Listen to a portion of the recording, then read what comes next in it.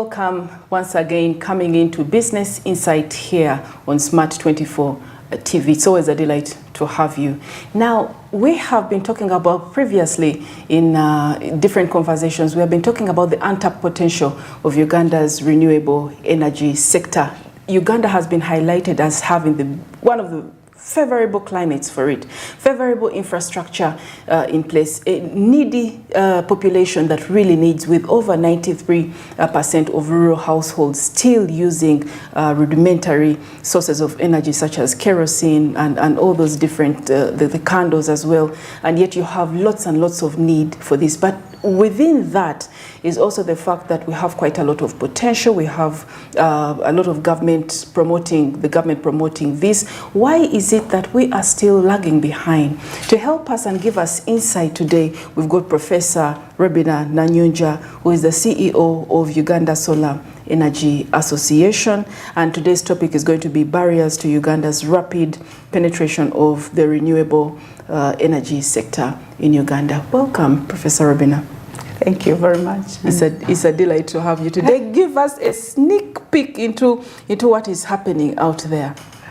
Yes, thank you so much for having me here, and greetings to the audience, the viewers. Yes. Yeah, it's unfortunate that Uganda is very well endowed with renewable energy, but at the same time, we are still in the dark. Most of our populations, rural areas and also some urban areas, they don't have access to electricity. It's just absurd that we are a country that is well endowed with the sun, for example. Yes. Also, other sources like hydro, of course, power from water, and also biomass. You see the waste we have in the cities and all that kind of thing.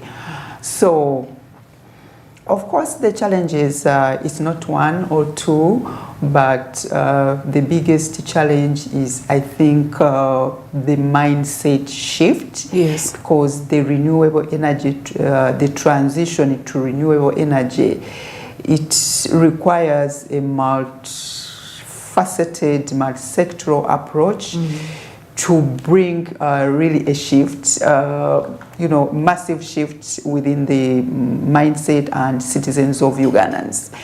I know, of course, for example, government is playing a vital role, especially through the Ministry of Energy and Mineral Development. But of course, that is not enough. We have very many players.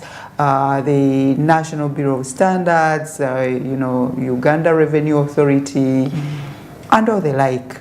Yeah. But also the private sector players, I mean the companies that are providing the solar energy solutions and other renewable energy solutions, such as the clean cooking.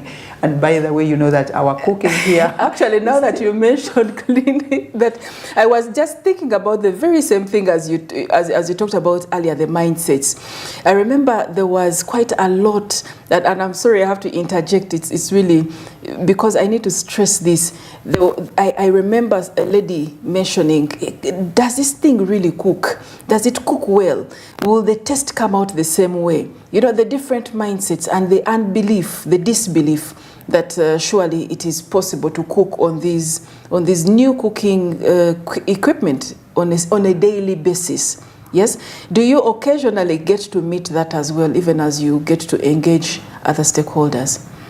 Definitely, very popular, and that's why I began with mindset shift. Yes, other people talk about this, lack of, motivation or whatever, but it's the mindset. Because, I don't know, of course, I'm also Ugandan and I'm African, but I think we are still used into doing things the real African way, traditional way. I mean, you have to cook, for example, on firewood. You have to for the food to be nice. Yeah, and you have to cook for a full day.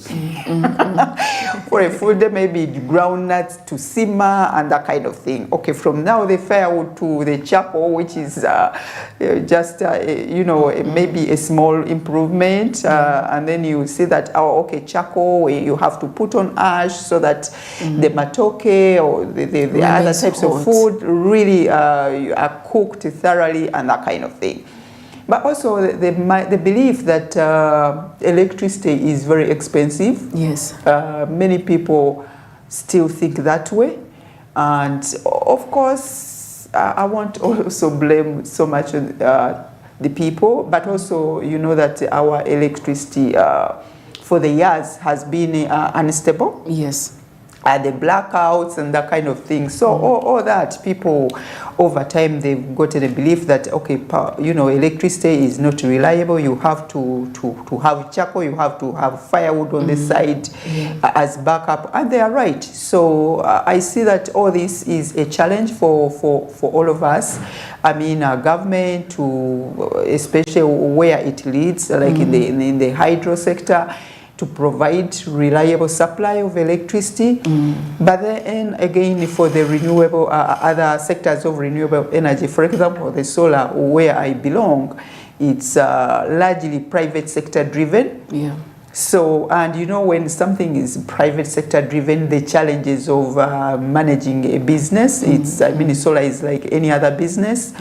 The burden, it's also very challenging, that the players find it really difficult to make it national, to electrify, to supply all these solar solutions, generating solutions to the whole country. It is still a challenge because they have to invest in money, they have to invest in resources, market entry, they have to get maybe agents, they have to open selling avenues. Within the last 2-3 years, yes, this is a very interesting landscape in Uganda, especially because within the last couple of years, I think there have been attempts by the president, by his team, and different government stakeholders to really push for it. Remember last year, they literally took a ban on charcoal.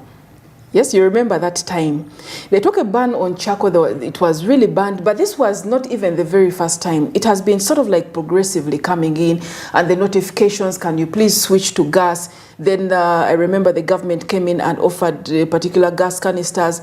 Lo and behold, before you knew it, they had been zapped up, and now people were making lines saying, can we have more gas canisters? Because it's going to be cheaper, and up to now they are still waiting. So it only came in just for that particular batch. What went wrong?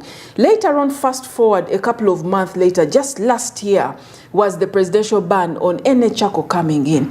You could see the desperation that came in. A bag reached, I think, 150 for those who could manage to smuggle it in or through different channels. Now, this is the interesting part about it.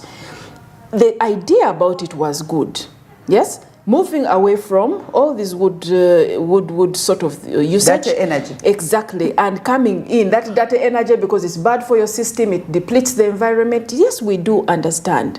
But for the person out there who said, what do you want me to use? I cannot afford 190, I have a big family, 190 to buy gas. And if I'm to go for the 6 kg or something 13 kg, I'm going to need maybe 200 and something. That is my son's school fees.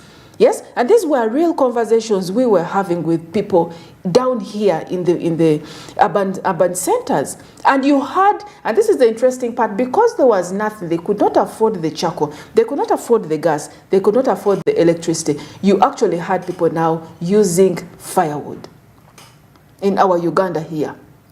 Using firewood. Is it because the implementation is shabby, or it is something to do about just the mindset? Because clearly people, if they had been offered something better, they would have switched. But there was nothing. Is it the implementation? Do these people at the top have a good idea about how to implement this? And that's actually a great analysis that you have recapped. I said one of the factors is mindset. It's not entirely mindset, but also from what you have just said, I see that yes, government putting measures abruptly to abolish things here and there, it might not also work, because remember we are in a transition, because For example, I'm in the solar sector, and I know the challenges, because if you are maybe burning charcoal, the use of charcoal, or maybe others, access, the point of access, as you said, people were lining up for gas. Yeah. Even our players, there is also solar energy for cooking, the gadgets, and also on hydro, mainstream electricity. But the point of accessibility, again, that's why I mentioned that where the sector is dominated by private sector players, yes, other challenges come into play. I mean, everything comes at a cost. If they put up distribution centers across the country, it comes at a cost. Do they have money to market, for example, or even to open stores? And if not, is the government subsidizing on that? And what is the duration, the time frame that is being put to facilitate this transition? I mean, amidst all this, of course, everyone has a role to play, but the point of access is very, very important. And actually, that's why, as a Uganda Solar Energy Association, because of this need and that kind of thing, people are saying, we want to know more about solar. Where is it? The users. Who are the providers? Because yes, they are concentrated in certain pockets. Yeah. Maybe because of issues to do with scaling up everything needs money. And that's why actually next week we have put up a National Solar Energy Expo to sensitize the public. Yeah. The solar providers have come on board and they are showcasing their products to educate the public that we are there. Yes. Because you cannot get a client, you cannot make a sale until someone understands what you're providing and that kind of thing. But you know, of course, this is just a drop in an ocean. But if such drops are really replicated and multiply over time, something can be achieved. So not until the public perceives this and buys, because don't tell me whoever can buy a sack of charcoal. Charcoal is very expensive. They can afford to cook on electricity. Again, it goes back to the mindset. Yes. People think electricity is very expensive and maybe unreliable. Before the food is ready or something, it will go off and then the food will go bad, that kind of thing. So mindset coupled with, of course, issues to do with policy, regulatory framework, to do with the access, market entry, lack of awareness, of course. Yeah. All those are at play. Let's really talk. Let's bring it down. When you talk about cheap options, when you look at it, it is about, because the average Ugandan can afford yaka right now. And let us talk about maybe the appliances into play. Someone will get 2,000 shillings and get charcoal to cook, maybe 3,000 to get charcoal to cook through the day, and 3,000 can only get you maybe 3 units, assumedly around 3 units on the according to Yaka. 3 units cannot cook unless you're cooking very light food, maybe spaghettis, or you're boiling some water. Yes, but we're talking about this is a 5-member family, 6-member family, and you're going to cook quite heavy stuff. So this is where the challenges are. People do the math and it doesn't work out. They cannot say, you know, I'm going to use 10,000 on Yaka every day. So it doesn't add up. When you come to look at it, the math does not add up. Despite the fact that the government came out in 2007 and, you know, announced a 45% subsidy. Is this 45% subsidy to the investors to come in trickling down? It does not seem to trickle down because the prices are still very high for the average consumer in Uganda. Yeah, good question. You know, the subsidies themselves, of course, are not enough and not entirely the determinants of consumption, adoption of solar energy and other renewable energies. There is a lot at play, but in my perspective, it's still lack of awareness between the providers and the consumers, because yeah, as I said, if you can buy a sack of charcoal, if you can pay for this yaka, you know, you can afford other sources of energy. But again, people are still, because of the challenges of maybe business administration and whatever, they are still holding on to small areas. They are not yet into scaling up the businesses. And if renewable energy, of course, is scaled up, taken to areas where it's not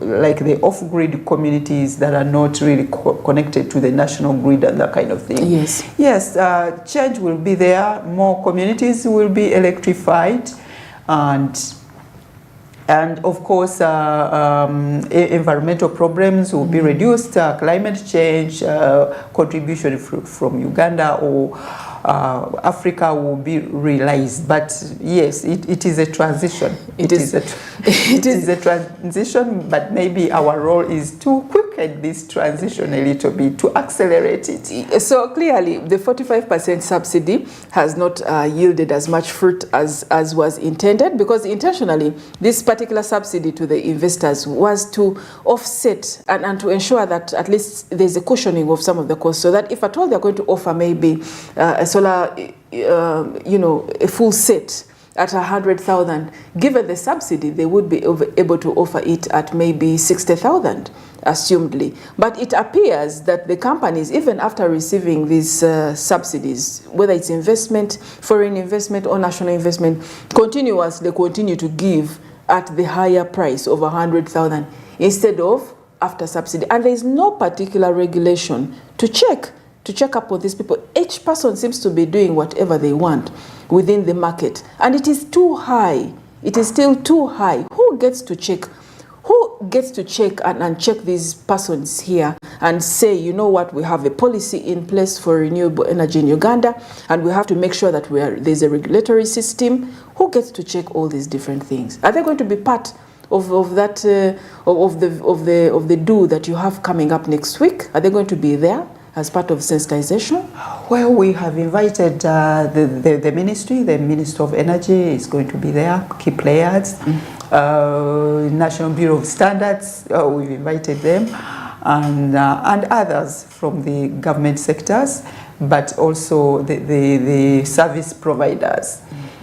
Yes, exactly. Even as I said, even when subsidies are given, yes, maybe a small section of the population would adopt it. You will definitely get some people, yes, but we want to get much more, all you know, clean energy for all by 2040. 2040 is not very far, by the way. It's just 16 years. Yes. You know, about 16 years from now. So, but again, I'll say yes. There are still those that cannot afford, or they perceive not to afford. And yes, that's where I also call upon, I mean, the development partners. Mind you, by the way, there are so many players in this sector. There are financing mechanisms, local available from institutions and development partners around. And of course, all this is meant to facilitate some kind of uptake. You know, yes, there are some of our companies, the member companies, have benefited from these schemes, and we hope that, yeah, with more players on board and maybe more developing partners subsidizing and bringing these financing mechanisms even up to the end users, more people will really have access to clean energy. Do you think it is feasible? Because I realize for sure that when it came to biomass, and the fact that it was tapped into, not only just within the East African countries, member countries, Kenya did quite well when it came to the uptake of the usage of biomass. And even they brought down the cost because they indigenized some of the different equipment that was initially used, down to the basic black Kavera to trap this gas from the dung and everything. And you found out that more and more houses that even had 2-3 cows were able to tap into this and really use it. And we're talking about rural households. Now, when it comes down to solar, just even trickling coming across to Uganda. Biomass, apart from those who have maybe many cows on their farms, those ones have been able to transition into the use of biomass energy. But when it comes down to solar, yes, there has been an increase, especially in the rural households, on the 1 light, 2 light sort of equipment. But not so much has been done to really be able to reap from the use of solar. In fact, when you talk about cooking, I don't think the majority of Ugandans believe that you can cook off solar. I don't think they believe that solar can be used to cook. But if you get to ask them, they will tell you, yes, it can charge the battery, my small phone. Yes, it can even, if I have maybe 3 million, it can help me hook up the TV so that I can see. But when it comes to cooking, the majority are still not quite online. What can be done, not only in sensitization, but to reduce these particular costs? For as long as they think the costs are too high, they will never take it on. Exactly, yes. So solar is still being perceived as something for the urban, hard to reach.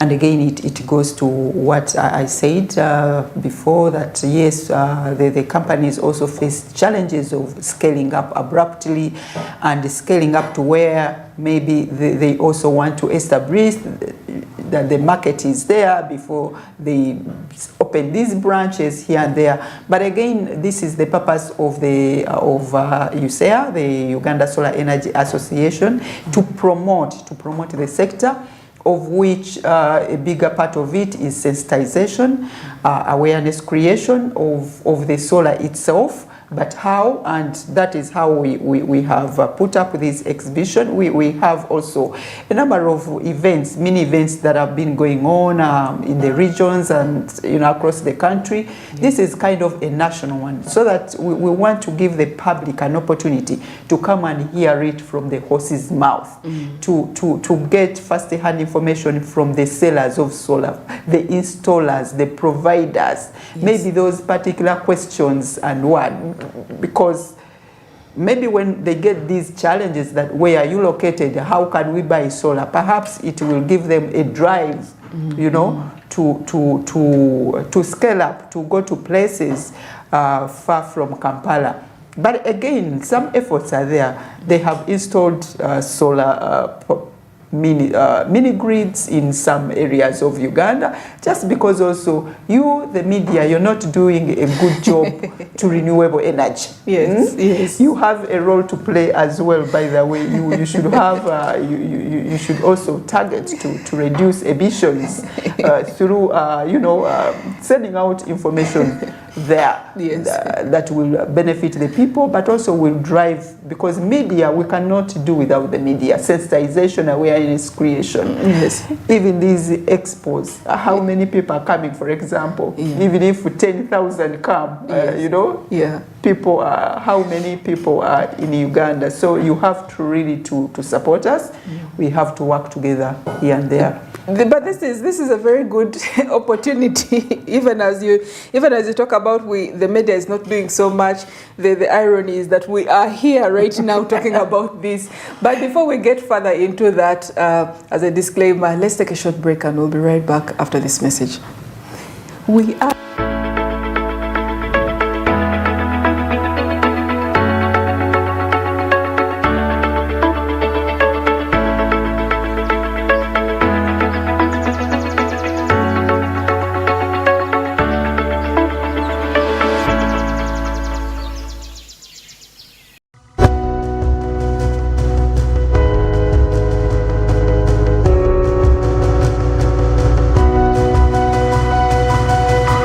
Smart 24, driving business.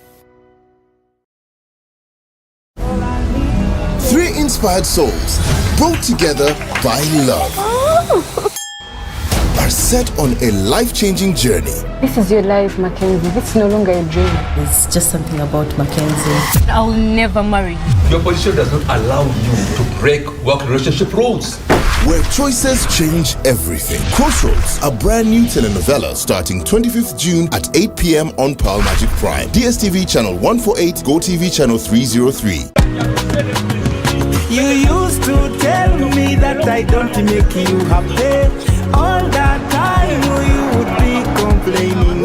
I'll call you every day, yeah yo, baby dondolo. You can now get all the Chibuzi out with MTN voice bundles. Call all networks Kubei Dondolo. Buy a 25-minute voice bundle for only 1,000 or buy any daily voice bundle of your choice. Dial *100 *21 hash and select daily or use the My MTN app.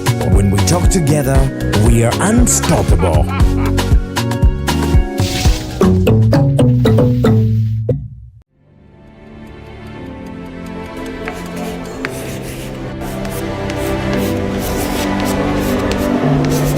This is Jordan. When it comes to classwork, Jordan is magic. Jordan shines. Jordan makes his peers better. Jordan is a true leader. White Star Magic family. Be a leader. Be magic.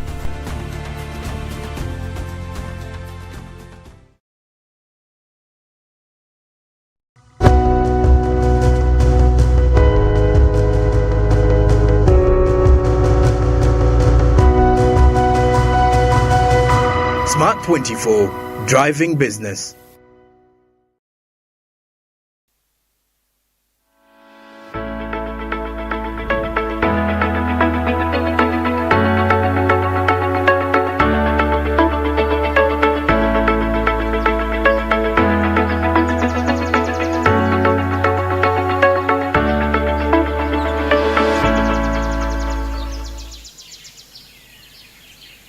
Back, we are still here with Professor Robinah Najunja, the CEO from Uganda Solar Energy Association, and we're talking about the barriers to Uganda's rapid penetration of renewable energy sector, particularly looking at solar energy. Now, in 2021, we have talked about the different incentives, the tax incentives. It has been positioned that indeed some of these incentives actually led to subsidizations and, of course, the price lowering and made it very affordable for the average Ugandan to be able to access some of these solar panels and be able to do that. But also is the fact that soft loans came out. Right now you can be able to walk into any microfinance and access a soft loan that can be able to pay off and give you a solar package.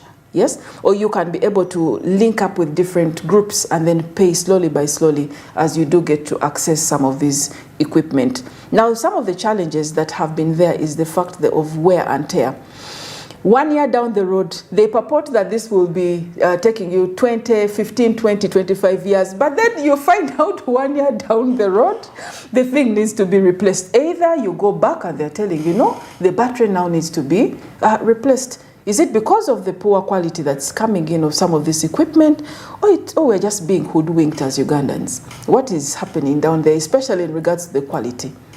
Okay, before I come to the quality, let me begin from where you started from, around the financing and loans and that, financial mechanisms really to facilitate the adoption.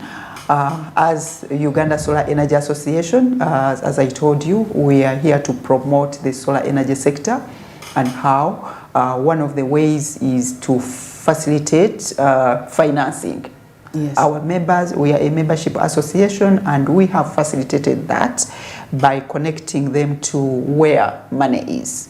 For example, there is Uganda Energy Credit Capitalization Company in the Ministry of Energy. Other development partners like GIZ, SNV, they have financing mechanisms in one way. And yes, we cannot undermine that. They have facilitated to the uptake of solar. They have done, they have contributed something. Yes, we still need much more, but they have contributed something.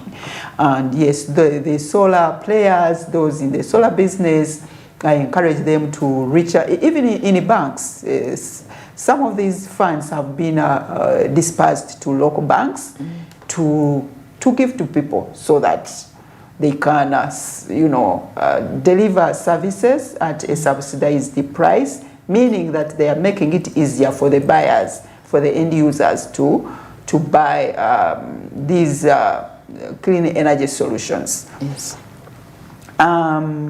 And yes, even in this expo next month, Thursday to Saturday, these players have also been invited. UECCC is there, GIZ, and many others to provide, to communicate. As I said, it's an awareness raising event to communicate what financing mechanisms are present they have and which Ugandans can tap into. Now, if I go to the point of standards, yes, the standards are there, of course, but implementation is also another issue. The standards are there, and also you say the Uganda Solar Association played a key role also in advocating for example, tax exemptions of some of the solar solutions which government offered, and which if you import, because we are still of course an importing country, if you import and you present this to Uganda Revenue Authority, some of these products are exempted. And why exempted? So that all that is to facilitate uptake, to facilitate adoption in one way or the other.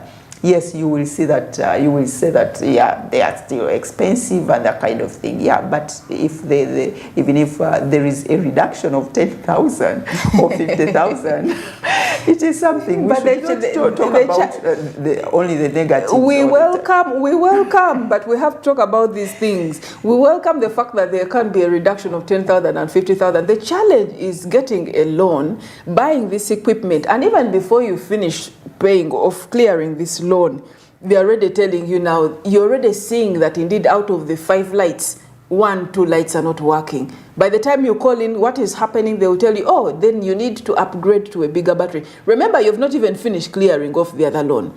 And these ones are things that are being, these concerns are concerns that are being felt by persons who need it most, especially those ones who are off the grid, rural households, the rural communities, and raising these monies, even if they are affordable for them.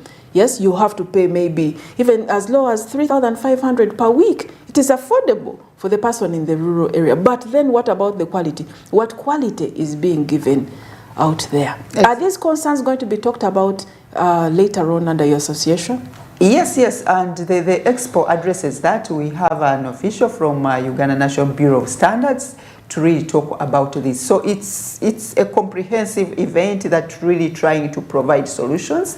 And yes, I encourage the people, the public, to visit the exhibition at Uma Grounds next week, 25th to 26th to 27th, to really learn, to understand, to know if I need this, where can I go? Yes, I know, but somehow you have to reach out. You cannot be in your comfort zone and think everything will find you there.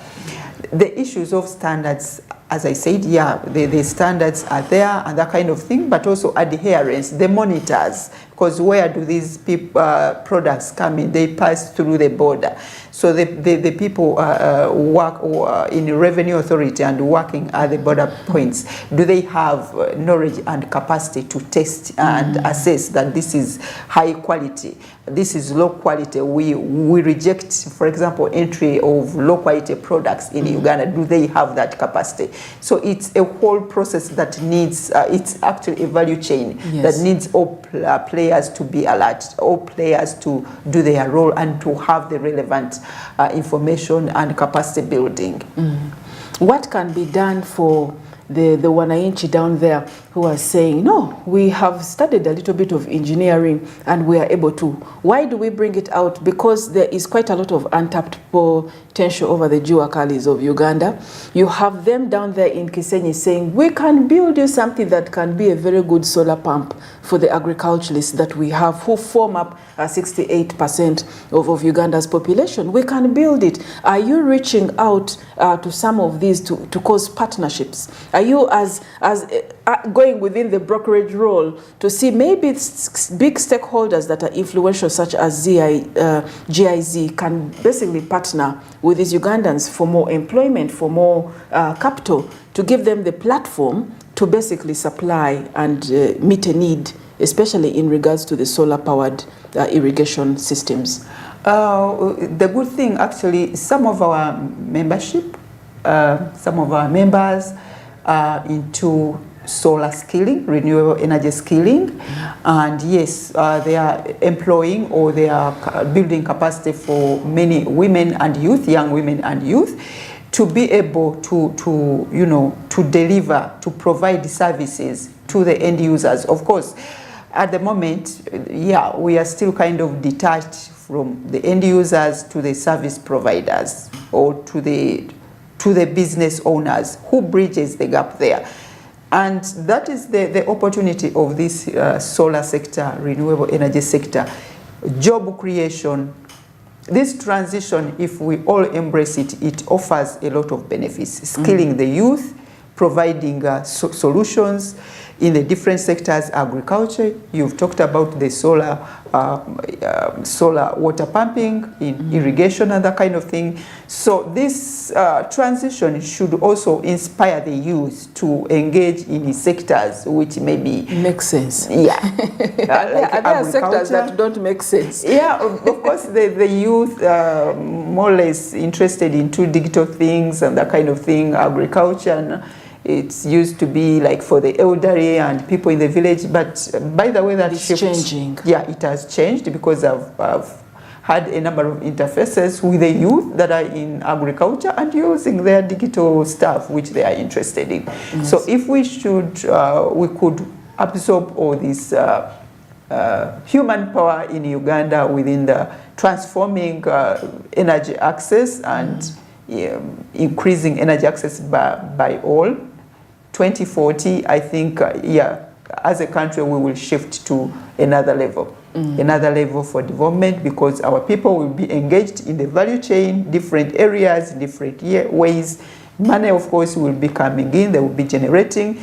And yes, where energy is the key driver of development, our people will have, more people will have access to energy. Yes, and that is what the need is for, especially given, just like we had mentioned earlier on, about the fact that Uganda is well endowed with all these different resources, really, a lot of sunshine out here, great platforms, and they need, you know, you can have all these different resources that are there to be tapped, but there is no particular need. But in this context, we have quite a lot of need. Let's recap on some of the barriers. You talked about mindset issues when it comes to Ugandans adopting some of these technologies. We talked about the cost implications. The cost is still very high. And of course, when it comes down to the quality still also has issues, but you throw it back to, to the border controls and say, no, this is a multi-sectoral approach. And maybe URA should also do its part in making sure that what comes into the country is of good quality, right? And now when it comes down as well to the different systems in which the way some implementation is happening, who is at fault in this? And we like to have the name so that we can have a little bit of accountability. Maybe not the name of the person, but the sector, so that we can have a little bit of accountability. Who do you think, when it comes down to implementation, that maybe should pull their weight a little bit better?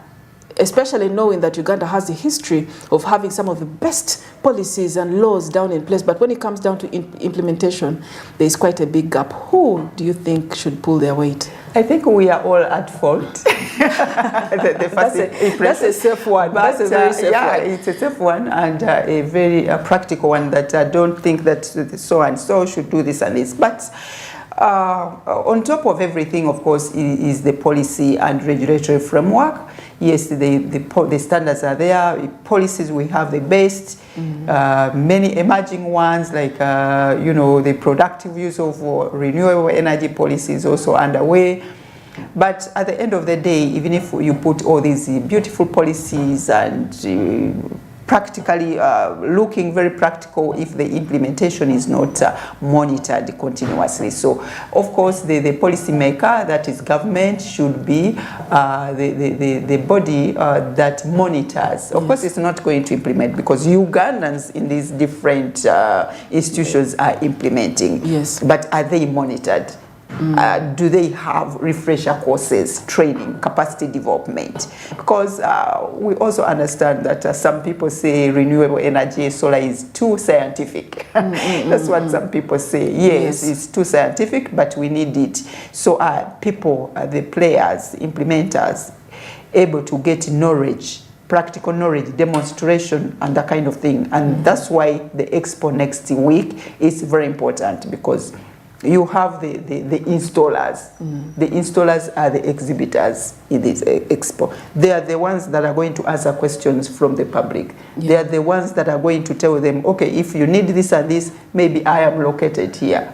So until that one comes up, and we as Uganda Solar Association determined to do it countrywide, every year, and regions, and I call all stakeholders, government and others, development partners that have an interest in electrifying Uganda through renewable energy, to work with us, to work as a team, because the sector itself, of course, offers a lot. If it offers a lot, that means that many players should be on board and are on board to, to drive this transition.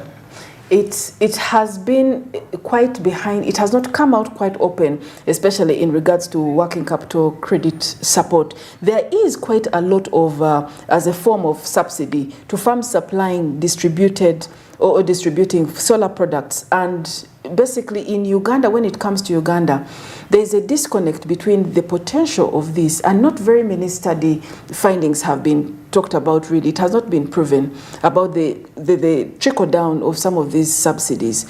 When it comes to the potential and the glorification, they are glorifying this. Uganda can do this, it can tap into this, it can benefit.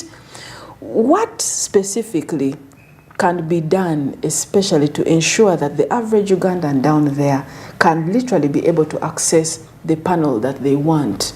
Most of them are still stuck on the panel of 30,000, 50,000, because that is what they can afford. But if you ask them, they will tell you, I would want a solar panel for this entire house that I can read from, my children can read from, I can watch TV from, I can iron, and I can cook. And this is given. This is why I had asked you the question before about who can be accountable for this one, because when the president comes out and offers a directive, puts in place a directive, and says no charcoal, and yet he knows for sure, the team knows that this charcoal, there is no other alternative that is affordable. In particular respect to that, what can be done in just 1-2 minutes? What can be done by the regulators, and we're talking about the Ministry of Energy, to ensure that the last person gets that particular panel, solar panel, that they want? Because we are looking at energy access for all by 2040, so my opinion will rhyme with that, increasing access. And how do you increase access? Subsidies, even providing more subsidies, making it more affordable,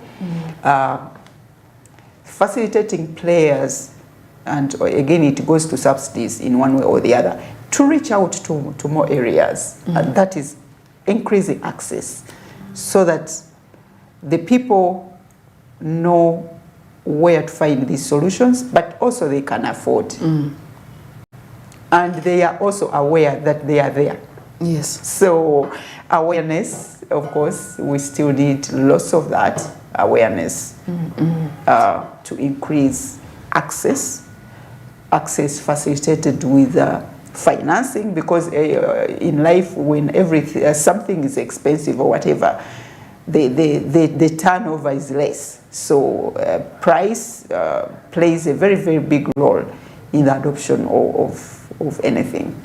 You've had some of these solar mini facilities built up in places up country under the guise that the rural communities actually are in need, and we don't say that they are not in need. However, you can see that the uptake of some of these services are a little bit lower than they should be. Look, for instance, at the Ministry of Energy, which received a 136 billion grant from the German government and set to basically set up some of these mini grids, the solar mini grids. Is it in such a way that the persons who are coming to you as the association are just looking at, can I have this for lighting per se, or they are actually saying, can I have this further for A, B, C, D? Is there a needs assessment that is carried out by associations before all this happens, so that you can know that within this community, once we put there this power, it is not assumed that they will use it for A, B, C, D, that they will use it for lighting, cooking, and income generating activities, but they will use it particularly for lighting only, or particularly for income generating. That will help, I think, be able to see how big these grids can be. What do you think the association does in regards to that? Well, this is a sector that is also demand-driven in one way or the other. The association, as I say, we don't provide the mini grids, we don't construct, but we have members who do that. Ours is to put an enabling environment for growth by maybe bringing financiers on board, holding exhibitions and expo to provide platform for market entry and that kind of thing. Work with the government to influence policy that favors the solar energy. The mini grids you have mentioned, at the end of the day, there is all Ugandans, all people want to progress. Yes. They want to prosper. So this needs assessment. Or you might want to be too scientific, but sometimes it's not necessary. What I would say as capacitate the local Ugandans to afford. Let them be productive, earn an income, you know, whether through doing a service or selling something. For me as a person, that's where I see that that is what we need, because even if you over subsidize something, if the population cannot afford, and why can't you afford? Because you don't earn a living, because maybe you're not productive. But this is the cycle. Yes, I don't make a living. My quality of life is bad because I'm saying that I cook chips. Yes, by the roadside.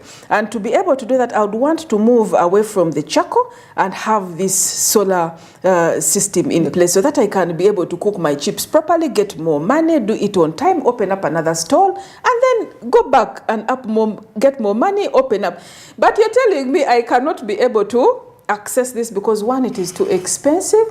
Yes, it is too expensive. So how do I get out and help myself earn more money if I cannot even access it? Actually, that is the perception. As I say, the moment you can cook on charcoal, charcoal is actually very, very expensive. So that's why I say the mindset coupled with a number of things. And that's why as a solar association that we put up platforms like the Expo next week to educate. Perhaps someone who thinks that these things are expensive, when they get all this knowledge and information, when I fix this, where do I go? If it breaks down, their their mindset or their perception will change. Say, by the way, maybe I can forego this initial cost to do this and this, and maybe in a long run I'm going to save money. So it's about information, actually, in general. Yes, access to information is very important. As we wrap up, I just want you to give the wisdom within just that particular information that you believe that the person out there is watching right now but needs the most, in just 1 minute, so that we can wrap it up. That information that you know is needed right now. Yes, information is not going to come from us. Information exists here with us. Next week we have a Uganda Solar Energy Association Expo to showcase all the solar solutions the companies provide: solar water pumping, cooking and everything, drying, cooling, refrigeration and everything. Here in Uganda, UMA grounds, just come and, visit and see, get information, get educated, change lifestyle. So we have to reach out, because all this you're not going to find on TV, because this is a demonstration. Yes. Next week we are demonstrating what solar can do in Uganda. So please come and learn, and then we do business together. Yes, please. Thank you so much. Please transition from dirty energy. From dirty energy to clean energy. And move on to clean energy. To clean energy. This is something that concerns you, but we are here at Smart 24 TV really looking at individual responsibility. What are you doing to make your life better? What are you doing to make this environment much better than you found it, for the next generation to find something a little bit more habitable than you actually found it? So we are pushing right here at Smart 24 TV, we are pushing for individual responsibility. Food for thought. Think about the role that you play in the climate change and environmental degradation. But this has been Business Insight. We have had quite some insight. Thank you so much, Robina, for coming in. We have had Professor Robina Nanyunja, the CEO from Uganda Solar Energy Association, getting to talk to us about the barriers to Uganda's rapid penetration of renewable energy sector. Until next time, see you and bye-bye.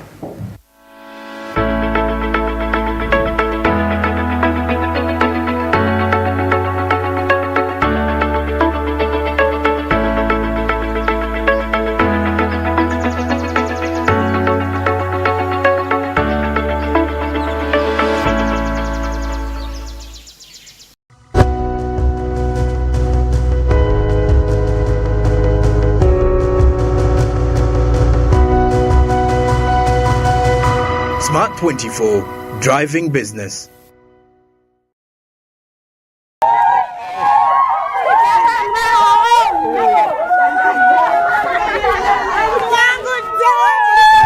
Amanya gange nze Namutebi Sharon nga nkolera wano wennyini Saka Kirombe oba Makindye. Empangula gye nawanguddemu ssente mbadde nga nkozesa mobile money nga nsindika school fees w'omwana ku ssomero. Okutegeera nti mpangudde, nze mutima neegambye nti kambalinde bamale okujja ndyoke nzikirize nti mpangudde. Kyenyinza okubagamba nti si byabafere, weewaawo abafere gye bali, naye ennamba eri emu yokka era bw'eba ekukubidde omanye eyo si yabafere. Mpulira bulungi nnyo nnyo nnyo era ndi musanyufu nnyo. Naye MTN mobile money mbebaza nnyo, mwebale nnyo, mwebalire. Together we're unstoppable.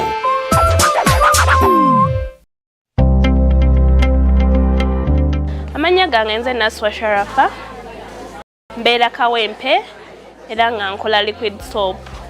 Liquid soap okuva COVID we yajja abantu ne batandika bagamba banabe mu ngalo, awo naffe twatandikira okuyingira mu business ya liquid soap. Wano mazeewo weeks 2 era nga nkuguse mu liquid soap. Banyongeddemu skills mweyo yennyini product yange. Skills zenjize wano ngenda zikozesa okulaba nga product yange ekyukamu, kuba era we baali batuyigiriza twayiga batuyigiriza mu business development ne batuyigiriza design thinking. Tuwetadde tutya mu ngato z'abakasitoma baffe. Bakasitoma baffe buzibu ki bwe bafuna mu products zaffe. Twalaba omukisa ne tuddayo eri bakasitoma baffe ne tubabuuza bizibu ki bye basanga kati nga nze akola liquid soap ne mbuuzaako awo bizibu ki bye musanga mu business yange. Abamu ne baŋŋamba liquid soap amazzi, liquid soap ayokya. Ne tukomawo wano Madam Grace n'atuyigiriza in a practical way. Ne tuyiga liquid soap omulungi agenda okuyamba bakasitoma baffe. Obubaka bwennyini eri project ya Grow, mbeebaza beebale kutuyigiriza, beebale tu including ffe abaliko obulemu. Ne batateekamu kirowoozo nti tetusobola, ne bamanya nti disability is not inability. Era tusaba batongereyongere, bongere tuyigiriza in other skills, ne webabaawo obusobozi batongere mu capital. Grow, generating growth opportunities and productivity for women enterprises.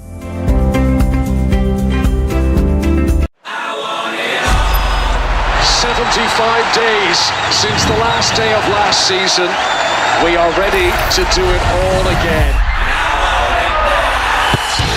Phil Foden is having the season of his life. Brilliant! Just brilliant! That is quite something! Bayern decoder for only 40,000 shillings and get all the football on DSTV.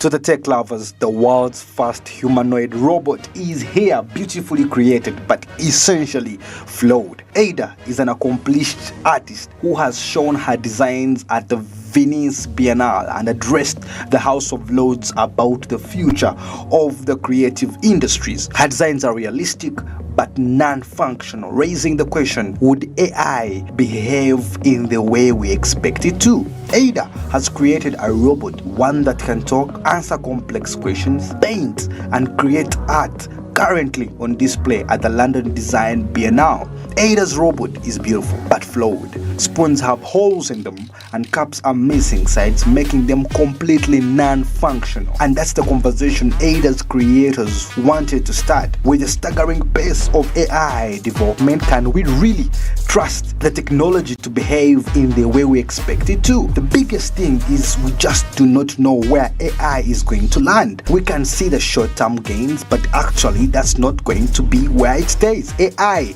is moving so quickly, and the fact that we are just going in there so confidently without actually doing tests, without doing trials before releasing it to the public ethically is the biggest problem. Aiden Miller confirms.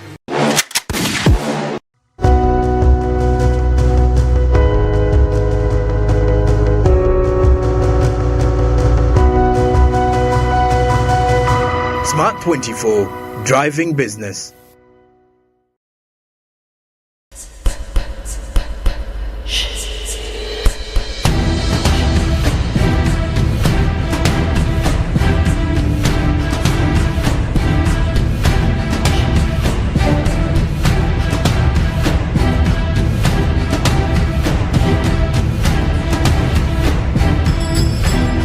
Hi and welcome to the Trading Bell Show. Now, the bell has rung today, which is marking the launch of the Ilam Fahari iRate, and I'll be speaking to Rafael Muito, who is the Chief Executive Officer, to help us understand what really happened, how you can invest, and much more. Let's get to the show.